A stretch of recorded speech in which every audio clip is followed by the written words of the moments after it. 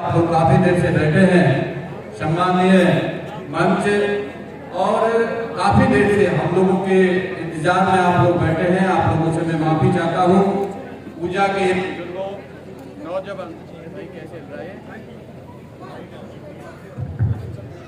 नौजवान साथियों, मेरी मातृशक्ति माताएं, मेरी बहनें, आप सबने मेरा इस अलवर में मान सम्मान किया, स्वागत किया, उसके लिए मैं तहे दिल से आपका आभार प्रकट करना चाहता हूं और धन्यवाद देना चाहूंगा कि परमपिता परमेश्वर से आप लोग सब फले फूले और बाबा साहब के बनाए हुए संविधान की उस ताकत को आप सब लोग मिलकर मजबूत करें। साथियों, मैं भाई जो हमारे मंत्री जी हैं टीकाराम जूली जी, इनसे मेरा बेहद लगाव और प्यार है। सौभाग्य से हमारे जिला दोनों का सीमावर्ती क्षेत्र है, अलवर भरतपुर की सीमाएं मिली हुई है और विधानसभा में भी हम लोग दोनों की एक ही चेयर है, एक ही ड्रेस है, दोनों बगल में बैठते हैं। मेरा उनका बैठना बगल में है और हाँ जी, दोनों ही बगल में बैठते हैं हम लोग, टीकाराम जूली जी और साथ में बैठता हूँ। हमारी विधानसभा में दोनों की चेयर बिल्कुल पास है, इतना हम लोगों का आपस में अंदर हमारा लगाव है और जयपुर में निवास भी हमारा दोनों का ही बिल्कुल पास है। ये सिर्फ आपस में एक मन का लगाव होता है, मन की भावना होती है और आपस में एक प्यार होता है। साथियों, मैं ज्यादा देर से आप लोग बैठे हैं, मैं 2-4 बात कहूंगा कि आज बाबा साहब के बनाए संविधान के अनुसार चाहे कोई ग्राम का जो अभी कह रहे थे हमारे कलेक्टर साहब कि चाहे कोई सरपंच हो, चाहे पंचायत समिति सदस्य हो, चाहे प्रधान हो, चाहे जिला प्रमुख हो, उस बाबा साहब के बनाए हुए संविधान की ताकत की वजह से हम लोग विधायक बने हैं और आज राजस्थान सरकार में हम लोग कैबिनेट मंत्री हैं। उनकी बाबा साहब ने जो हमें संविधान में एक वोट की ताकत दी, उस ताकत की वजह से आज हम राजस्थान सरकार में मैं आभार प्रकट करना चाहूंगा मेरे हाईकमान का और हमारे शीर्ष नेतृत्व का और माननीय मुख्यमंत्री जी का कि राजस्थान के देश आजाद होने के 70 साल बाद आज हमें राजस्थान के अंदर 4 कैबिनेट मंत्री इससे अनुसूचित जाति समाज से बनाए हैं। महत्वपूर्ण विभाग हम लोगों को दिए, पहले भी विभाग थे, परंतु और माननीय मुख्यमंत्री जी ने हम पर भरोसा जताया है। ये सब आप लोगों की ताकत, आप लोगों की मेहनत, आप लोगों के आशीर्वाद से हम लोग यहाँ तक पहुंचे हैं। ये मंच मिला है, ये बाइक मिला है, आज मान सम्मान मिला है, ये सब आप लोगों की मेहरबानी और आप लोगों की ताकत से बनी है। ये लोकतंत्र में जनता से बड़ा, लोकतंत्र के डेमोक्रेसी के अंदर जनता से बड़ा कोई नहीं होता। हमारे भाई हो, बाप हो, भगवान हो, आप लोग सब लोग तुम हैं। आज किसी ने किसी भगवान को नहीं देखा, किसी ने किसी स्वर्ग को नहीं देखा, किसी ने किसी को नरक को नहीं देखा, सब कुछ है तो आप लोग हैं। मैं आप सब लोगों से निवेदन करना चाहूंगा, नौजवान पीढ़ी से, कि हम सब लोगों की ताकत है बुजुर्गों का मान सम्मान करना, अपने माँ बाप के प्रति सम्मान करना, उनसे आशीर्वाद लेना, यही हमारे भगवान है, यही हमारे मार्गदर्शक हैं। यदि हम सब लोग मिलके अपने माँ बापों का और हमारे जो सम्मानित हैं उनका हम सम्मान करेंगे, आने वाली पीढ़ी, चाहे हमारे बच्चे हैं, चाहे बेटे हैं, चाहे बेटियां हैं, वो भी हमारा सम्मान करेंगे। साथियों, सारी बातें कलेक्टर साहब ने आपको बताई कि बाबा साहब ने जो ताकत दी, शिक्षित बनो, संघर्ष करो, संगठित रहो, वो सारी बातें बनाई। आज देश हो जाने के बाद 70 साल बाद भी हम लोग शिक्षित नहीं है। उसके कई कारण हैं, उसके कई रहस्य हैं। साथियों, मैंने अभी आपके सामने कहा था कि अभी टीकाराम जूली जी मेरे साथ में थे। हम लोग कहते हैं कि बारात छुआछूत कई बार गाँव में होती है, डीजे बजता है, घोड़ी पे दूल्हे जाता है और घोड़ी पे दूल्हे जाता है, उसको कई बार उस घोड़ी को रोक दिया जाता है और दूल्हे को नीचे उतार दिया जाता है। मैं आप लोगों से निवेदन करना चाहूंगा कि बिल्कुल जो हमारा दूल्हा है वो घोड़ी पे जाए, बैंड बाजा बजे, पर मेरा निवेदन है आप लोगों से कि हम सब लोगों को मिलके कई जो त्रुटियां हैं उनका हम लोग कई बार सामना कर रहे हैं, हम लोग की मीटिंगों में झेलते हैं, उन त्रुटियों पे ध्यान दें। उससे पहले हम लोग कई बार कहते हैं कि घोड़ी पे दूल्हा रोक लिया, हमसे छुआछूत करते हैं, हमसे मान सम्मान नहीं देते हैं। साथियों, हम दूसरे के बारे में तो बात करते हैं पर अपने गले बांध पर झांक कर कभी ये नहीं देखते कि पीछे 70 साल पहले हम कहाँ थे। बाबा साहब ने जो संविधान दिया, उस ताकत की वजह से ताकत मिली है। अपने बुजुर्गों से पूछिए उनके साथ क्या वजह थी और देश आजाद होने के बाद आज कितना हमें सम्मान मिला है। कई बार पढ़ लिख कर हम लोग IAS IPS बन जाते हैं, परंतु पीछे के बैकग्राउंड को भूल जाते हैं कि हम किस तरह से माता पिता गरीब क्षेत्र गरीबों में रहते थे, झोंपड़ियों में रहते थे, उनकी ताकत की वजह से हम पहुंचते हैं। साथियों, कई बार सरपंचों की सीट की जितनी बुजुर्ग होती है उसमें लिखा होता है ये SC की सीट है, कोई प्रधान की सीट आती है उसमें लिखा होता है SC की सीट है, किसी विधायक की सीट होती है उसमें ये लिखा होता है कि SC की सीट है, कोई सांसद होता है उसमें लिखा होता है कि SC की सीट है। उसमें ये तो नहीं लिखा पता कि ये खटीक है, ये बैरवा है, ये कोली है, ये रैगड़ है, ये बलाई है। इस भेदभाव को नहीं मिटा पाओगे, इस छुआछूत को अपने आप को नहीं मिटा पाओगे, तो कैसे आप लोग इस ताकत को मिलके कैसे आप लोग और लड़ाई लड़ सकते हो। आप अनुसूचित जाति हो, आप जातियों में जो बंटे रह गए, इस जाति को आप लोग खत्म नहीं कर पाओगे। तो मैं कहता हूँ अब इस बाबा साहब ने बनाए हुए ताकत को, इस संविधान को आप लोग ताकत नहीं दे सके, ये देना जरूरी है। आप समझो अपने आप में आपसे छुआछूत हो रही है। कई बार कोली के पास जाओ तो ये जाटक नीचा है, किसी खंडिक के पास चले जाओ तो फलाना नीचा है, फलाई के पास चले जाओ ये नीचा है। यदि आपस में आप समन्वय स्थापित नहीं कर पाओगे, आप समानता का अधिकार आपस में नहीं स्थापित करना पाओगे, तो जो ब्रिटिश सरकार ने किया था वही आपके साथ आगे आने वाला समय आ रहा है। जिस तरीका से डेमोक्रेसी को खत्म किया जा रहा है, लोकतंत्र को खत्म किया जा रहा है, आप सब लोग जानते हैं ये जो एजेंडा जो चल रहा है आने वाले टाइम में वही एजेंडा है कि अनुसूचित जाति को आप शेड्यूल ट्राइब से लड़ा दो और शेड्यूल ट्राइब को OBC से लड़ा दो, आपस में लड़ जाएंगे। और जिस तरीका से केंद्र के अंदर बगैर आरक्षण के जॉइंट सेक्रेटरी और सेक्रेटरियों को नियुक्त कर दिया गया, आपके आरक्षण को खत्म करने का प्रावधान षड्यंत्र के तहत किया जाता है। जागो, उठाओ, मिसाल उठानी पड़ेगी, ताकत दिखानी पड़ेगी। और अपने आप में बन के रह गए तो मैं कहता हूँ इन जातियों में बन के रह गए तो आपको कोई दूसरा कार्य नहीं कर सकता। हम तो उस लोकतंत्र के दायरे के अंदर एक संवैधानिक पद पर बैठे हैं, उसके उपरांत भी जितनी हम आपकी मदद कर सकते हैं हम आपकी मदद करते हैं, पर जागना पड़ेगा, उठना आना पड़ेगा। जिस तरीका से षड्यंत्र हो रहा है, नौकरियों को खत्म किया जा रहा है, मैं ये सामाजिक मंच है पर कई चीजें सामाजिक के हित में मैं कहना चाहूंगा, क्योंकि सामाजिक जो हमारे गरीब किसान शोषित पीड़ित गांव में बसने वाले लोग हैं उनको आज तक पता नहीं कि किस तरीका से षड्यंत्र होता जा रहा है। मोहम्मद सरपंच साहब ने कई बार रामगढ़ में स्पीच दी, हमारे जैसे जी बैठे और तमाम यहाँ पर लोग जो हमारे अनुसूचित जाति के लोग हैं वो बैठे हैं। साथियों कुछ पढ़े लिखे लोग हैं जो जेएनयू के छात्र हैं, कुछ और पढ़े लिखे लोग हैं। आपको पता है क्या हो रहा है, आपका रेलवे भेज दिया, आपका रेलवे स्टेशन भेज दिया, आपका एयरपोर्ट भेज दिया, आपका LIC भेज गई, आपका BSNL भेज दिया, आपका भारत पेट्रोलियम भेज दिया। आपके पास बचा क्या है? आपके बच्चों को नौकरियां कहां से मिलेगी? आपके बच्चों को आरक्षण कैसे मिलेगा? आप मुझे समझाओ कैसे आरक्षण मिलेगा? जब नौकरियां खत्म हो जाएंगी तो आरक्षण कहां से मिलेगा? क्योंकि जिस तरीका से षड्यंत्र हो रहा है और ये षड्यंत्र में हम लोग वो लोग जो कामयाब होना चाहते हैं, आप लोगों ने देखा था जिस तरीका से 2 अप्रैल का जो काम हुआ था, किस तरीका से SC/ST एक्ट को खत्म किया गया।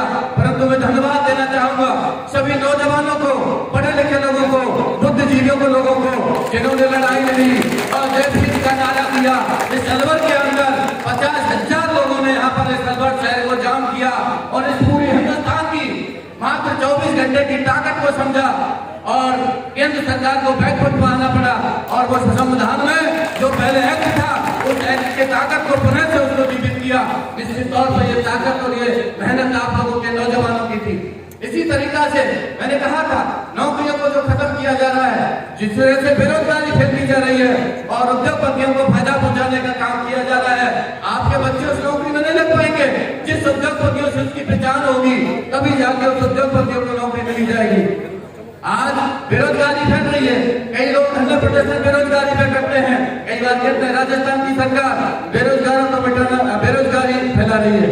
मैं कहना चाहूंगा राजस्थान सरकार की अकेले की जिम्मेदारी नहीं बेरोजगारी को खत्म करना। हम लोग जितना कर सकते थे, माननीय मुख्यमंत्री जी जितना कर सकते उन्होंने की, पर मैं कहना चाहूंगा कि राजस्थान सरकार ने जितनी यदि एक एक स्टेट के लिए इसके 4-4 गुना केंद्रीय सरकार यदि नौकरियां दे दे तो पूरे हिंदुस्तान में बेरोजगारी खत्म हो जाएगी। नहीं कहना चाहूंगा, पर केंद्रीय सरकार किसी तरह से नौकरियां देना नहीं चाहती, क्योंकि ये लोग पढ़ लिख जाएंगे, उच्च पदों पर पहुंच जाएंगे, तो निश्चित तौर पर हमारे सामने मुकाबला ये लोग करेंगे। इसलिए हमारे आज नंदुमल पहाड़िया जी हमारे कलेक्टर हैं, इन्होंने आरएस का कंपटीशन फाइट किया, इन्होंने अच्छी प्रशासनिक सेवा दी, इनका आईएएस में प्रमोशन हुआ। कोई बच्चा होता है आरएस बनता है, आईएएस बनता है, उस बच्चे को पूछिए कितना कंपटीशन फाइट करना पड़ता है, तब जाके वो आईएएस और आईपीएस और तमाम नौकरियां मिलती हैं। परंतु जिस तरीका से सीधा आईएएस सीधा आईपीएस जॉइंट फैक्ट्रियों की नियुक्ति की जा रही है, सरासर ये लोकतंत्र के साथ खतरा है, तमाम चीजों को खत्म किया जा रहा है। इसलिए डरने की जरूरत नहीं है। माननीय मुख्यमंत्री जी ने हमें दिशा निर्देश दिए हुए हैं कि गरीब के हित में, चाहे किसी भी जाति धर्म का व्यक्ति हो, यदि गरीब के साथ कोई अत्याचार हो रहा है तो निश्चित तौर पर हम सब लोग उसकी मदद करेंगे। और अब माननीय मुख्यमंत्री जी ने एक बहुत बड़ा शिक्षा के क्षेत्र में बहुत अच्छा काम किया है। आप लोगों ने देखा होगा कि तमाम बाबा साहब के सपने को साकार करने के लिए तमाम स्कूलों को कार्यान्वित किया, जो पिछली सरकार ने बंद किए थे, उन स्कूलों को तमाम स्कूलों को खोला और तमाम स्कूलों को कार्यान्वित किया। उसके साथ साथ में उन्होंने सोचा था गरीब किसान मजदूर का बेटा आज इंग्लिश मीडियम में पढ़ना चाहिए, उद्योगपति का बच्चा तो इंग्लिश मीडियम में पढ़ लेता है, परंतु गरीब का बच्चा, किसान का बेटा, मजदूर का बेटा इंग्लिश मीडियम स्कूल में नहीं पढ़ सकता, क्योंकि उसके पास इंग्लिश मीडियम पढ़ने के लिए फीस नहीं हो पाती, उसके पास साधन संसाधन उपलब्ध नहीं हो पाते। उन्होंने गरीब को गणेश मानते हुए उन्होंने सोचा कि इंग्लिश मीडियम राजस्थान की सरकार खोले। आज मैं कहना चाहूंगा, बेहद खुशी है मुझे यदि सर्वाधिक किसी के फोन आते हैं और ये कहना पड़ता है कि भाई सबसे ज्यादा फोन आते हैं कि हमारे बच्चे का स्कूल, हमारे बच्चे का एडमिशन उस इंग्लिश मीडियम में करा दो, जिससे बच्चा पढ़ जाए। तमाम फोन आते हैं और इतनी डिमांड है इंग्लिश मीडियम स्कूलों की। आज 400 से 500 स्कूल इंग्लिश बच्चे उस इंग्लिश मीडियम स्कूल में है। उसी को पहल को बढ़ाते हुए माननीय मुख्यमंत्री जी ने सोचा कि गरीब का बच्चा पढ़े। तमाम 139 कॉलेज राजस्थान की सरकार ने खोले हैं, 139 कॉलेज सरकारी विद्यालय खोले हैं। उसके साथ साथ में उन्होंने सोचा कि गरीब का बच्चा भी एक अच्छा साइंटिस्ट बन सकता है, अच्छा टेक्नोलॉजी में आगे बढ़ सकता है। उन्होंने 14 कृषि महाविद्यालय पूरे राजस्थान के अंदर खोले। देश आजाद होने के बाद पहली बार ऐसा लग रहा है कि शिक्षा के क्षेत्र में राजस्थान कैसे आगे बढ़ रहा है। आप सब लोगों ने देखा है कि शिक्षा को आगे बढ़ाने के लिए अभी माननीय मुख्यमंत्री जी ने एक बहुत बड़ी योजना लेके आए हैं। उस योजना को मैं कहना चाहूंगा, वो SC/ST के जो गरीब छात्र हैं उनके लिए योजना लेके आए हैं। गरीब बच्चा पढ़ जाता है, वो IIT पढ़ जाता है। कई बार बच्चा सोचता है कि मुझे विदेश जाना है, मैं विदेश जाना चाहता हूँ, पर घर में आके देखता है उसकी घर में झोंपड़ी है, बरसात में पानी टपकता है, पंखा रहने के लिए नहीं है। माननीय मुख्यमंत्री जी ने उसको सोचा और समझा।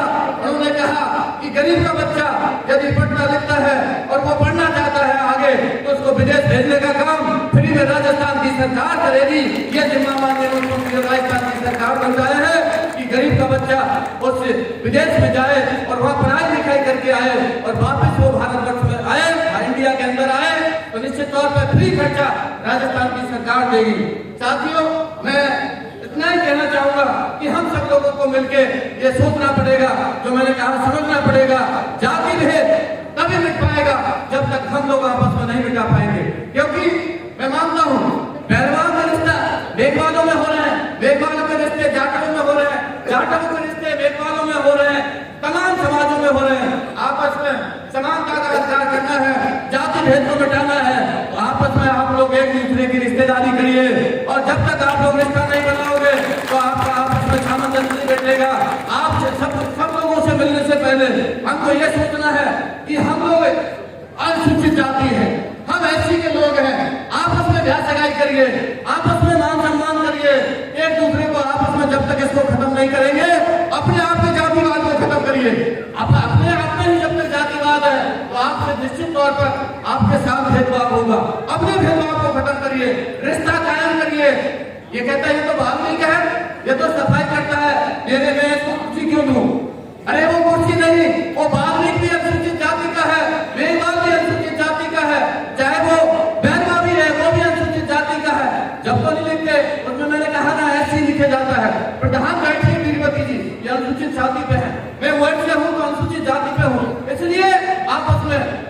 कायम करिए, आपस में शादी ब्याह स्थापित करिए, तभी जाके आपका जातिवाद खत्म हो पाएगा।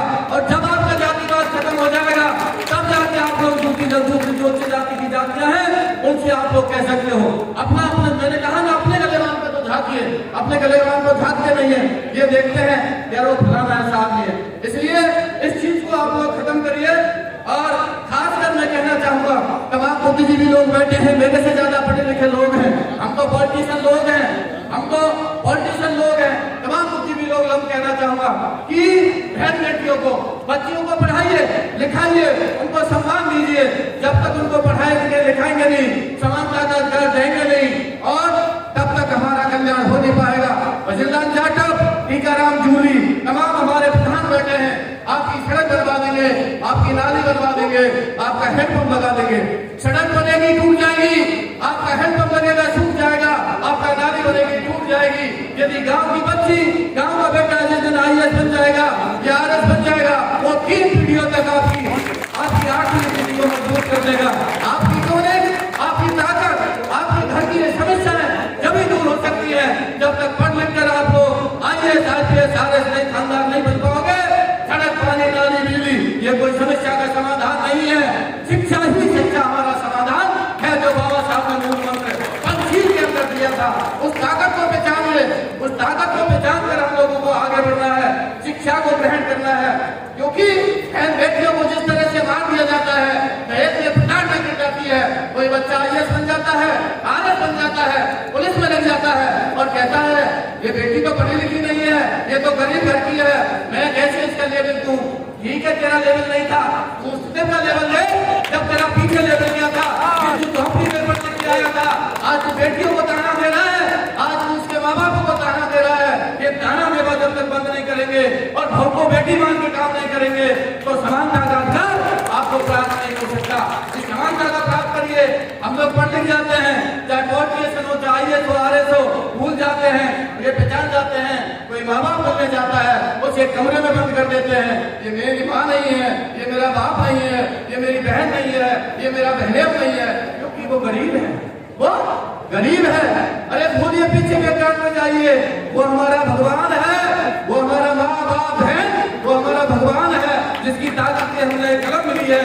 आज हम IAS बने हैं, उनकी ताकत से बने हैं। उनको समानता का अधिकार दीजिए, तभी जाकर आपका सच में विकास हो पाएगा। मैं तो इतना ही कहना चाहूंगा नौजवान साथियों से, तमाम यहाँ पर हमारे राजनीतिक दल के लोग भी बैठे हैं, मैं उनका भी सम्मान करना चाहता हूँ। जो किसी दल का हो, किसी राजनीतिक दल का हो, मैं तो सबसे कहता हूँ कि राजनीतिक दल से ऊपर उठकर हम सबको मिलकर, राजनीतिक दल से ऊपर उठकर हमको यदि लड़ाई लड़नी है तो आपस के मतभेद को बढ़ाना पड़ेगा। हो सकता है मेरी विचारधारा कांग्रेस पार्टी से है, दूसरी विचारधारा किसी अन्य पार्टी से है, परंतु जहाँ हमारी ताकत की लड़ाई है, उस ताकत को एक मंच पर बैठकर हम सब लोग मिलकर लड़ सकते हैं। इसलिए हम सब लोगों को दलगत राजनीति से ऊपर उठकर, दो भावना से ऊपर उठकर, चाहे कोई सरपंच हो, चाहे प्रधान हो, चाहे कोई विधायक हो, मैं तो सबसे कहता हूँ, यहाँ पर सरपंच भी बैठे हैं, प्रधान भी बैठे हैं। कई बार ऐसा लगता है इसने वोट दिया, इसने नहीं दिया, इसका काम करूं, इसका काम नहीं करूं, ये भारतीय जनता पार्टी से है, ये BSP से है, ये जब तक हम नहीं बुला पाएंगे, ये सोच के काम करिए कि ये मेरे विधानसभा का प्रथम नागरिक है, इसका हमें काम करना चाहिए।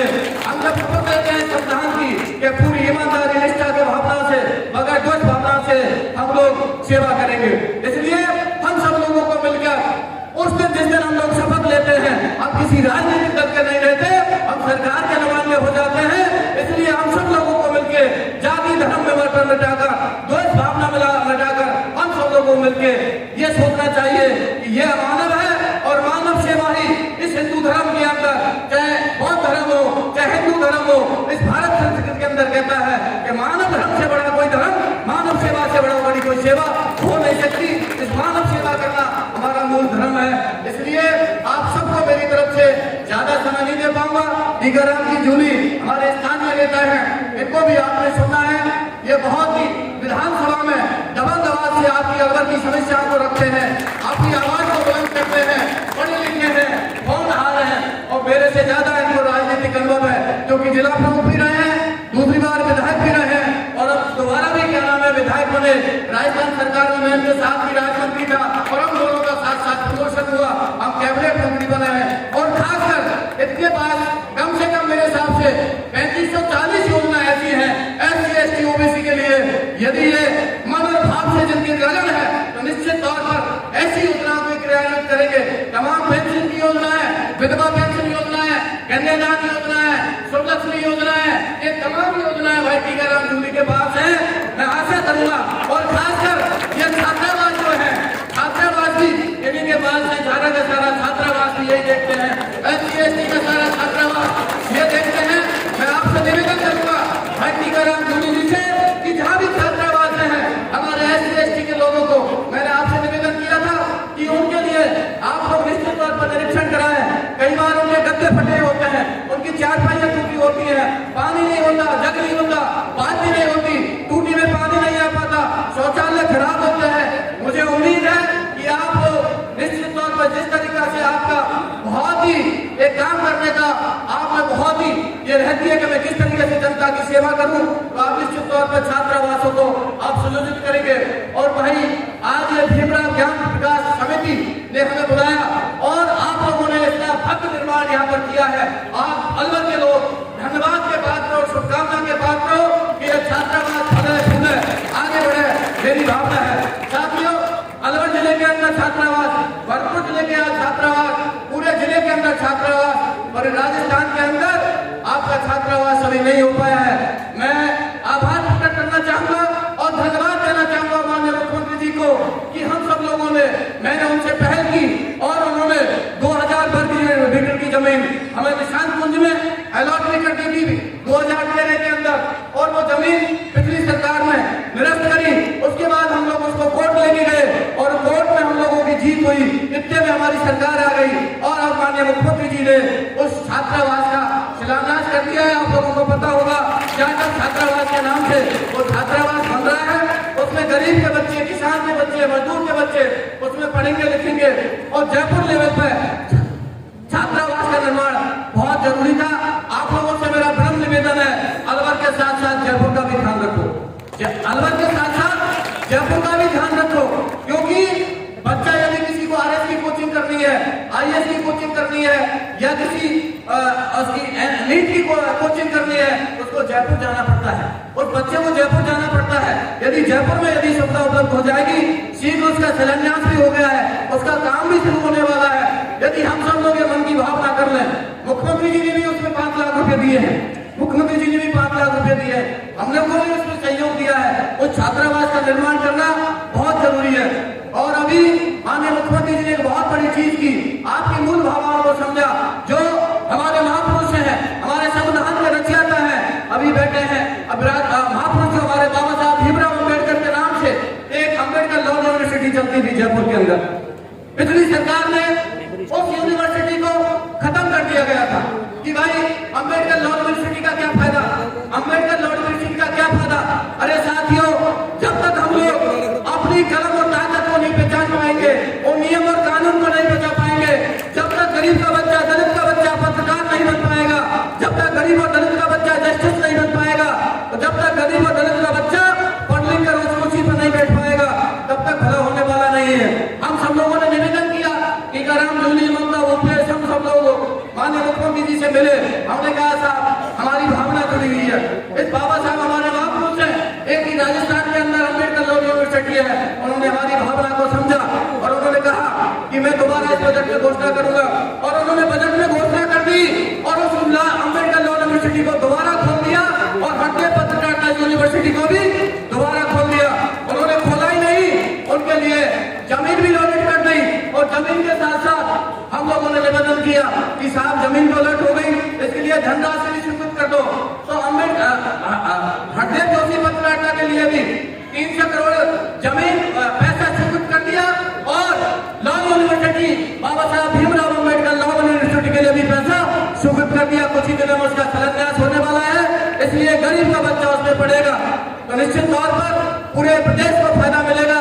आप लोगों को मेरी तरफ से नई साल की बहुत बहुत हार्दिक शुभकामनाएं। कुछ समय मैंने आपका ज्यादा ले लिया, उसके लिए मैं आपसे क्षमा माफी चाहता हूँ। भाई टीकाराम जूली से मैंने परमिशन ले ली थी, मेरे भाई थोड़ा सा मैं बोल जाऊँ तो कोई दिक्कत तो नहीं, उन्होंने मुझे परमिशन दे दी। इसलिए आप सबको मेरी तरफ से धन्यवाद और ये समिति के लिए बहुत बहुत धन्यवाद, बहुत बहुत बधाई, शुभकामनाएं। जो हमसे सहयोग वो मिलेगा, आप लोग चाहोगे, मैं निश्चित तौर पर सहयोग करूंगा। साथियों, मैंने कहा कि छात्रावास बनाना बहुत अच्छी चीज है, उसको चलाना कठिन काम है। इसलिए जयपुर भरतपुर कहीं भी हो, छात्रावास बने, सुचारू रूप से चले, वो मैं ऐसी भावना चाहता हूँ। आप सब लोगों को मेरी तरफ से बहुत बहुत शुभकामनाएं, बहुत बहुत बधाई। मेरा बड़ा आपसे निवेदन